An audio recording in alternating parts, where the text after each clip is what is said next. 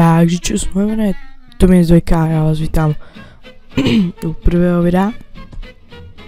Je to video s tutoriálom, ako si vlastne v Camtasia Studio vymazaču.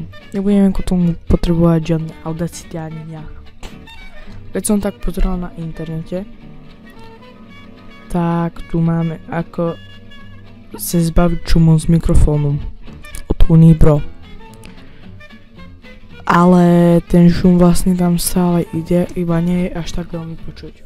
Tak spravíme jednoduchú vec, a to, že si otvoríme Camtasia Studio.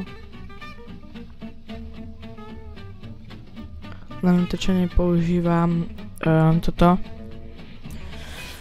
Shampoo Snap, je to trial verzia. A takto si napríklad zoberieme nejaké video, ktoré máte vy natočené. Takže ja si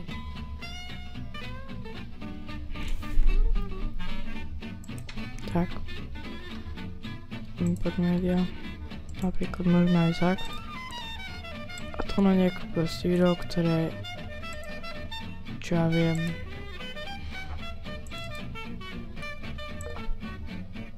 čo len do blbosti tutoriál.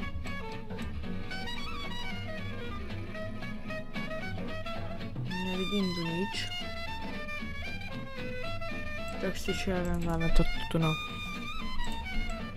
Tak.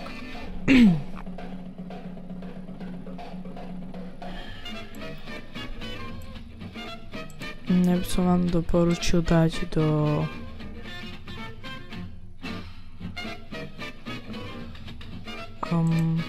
to, ale do 1920 a watt. To ja chápem. Počkajte. Máte to rozťahnuť.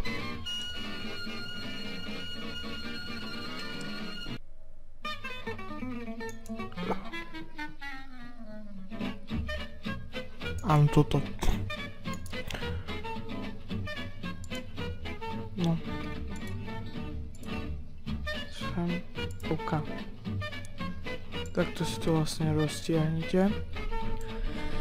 Môžete si to uložiť do Full HD a je to vlastne uložené do Full HD, ale renderujem to v HD. To je podľa mňa najlepšie, aby ste nemali maličký obraz. Takže jak tak. Tak tam na začiatku bolo počuť šum.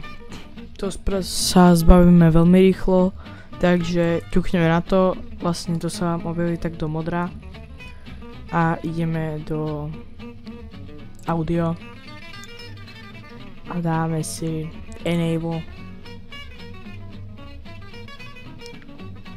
Tak. To je vlastne jedna vec, ako sa zbaviť šumu mikrofón, tak v Camtasia Studio to tak lepšie použiť a môžete vidieť, že už to ako ani nebude veľmi počuť.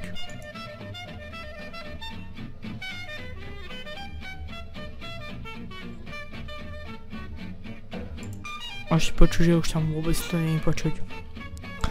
Tak, Camtasiu si môžeme zatvoriť a ukážeme si, ako vymazať šum zo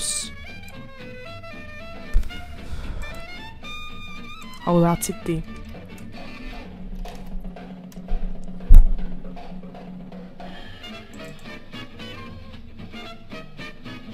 Takto.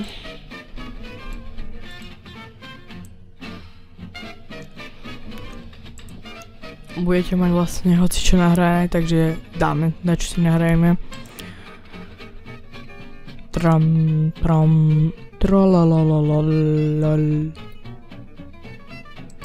A musíte mať aspoň tie 2 sekundy, v podstate to na tak 2 sekundy ste museli mať voľnú a počujete tam šum.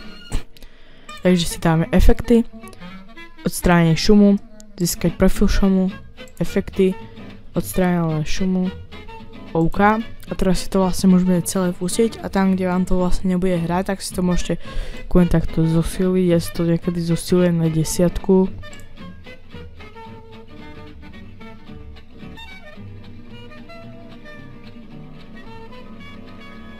A vlastne nepočuť už iba ten úkod môjho počítača, lebo neviem, ale som musel znova použiť starý počítač.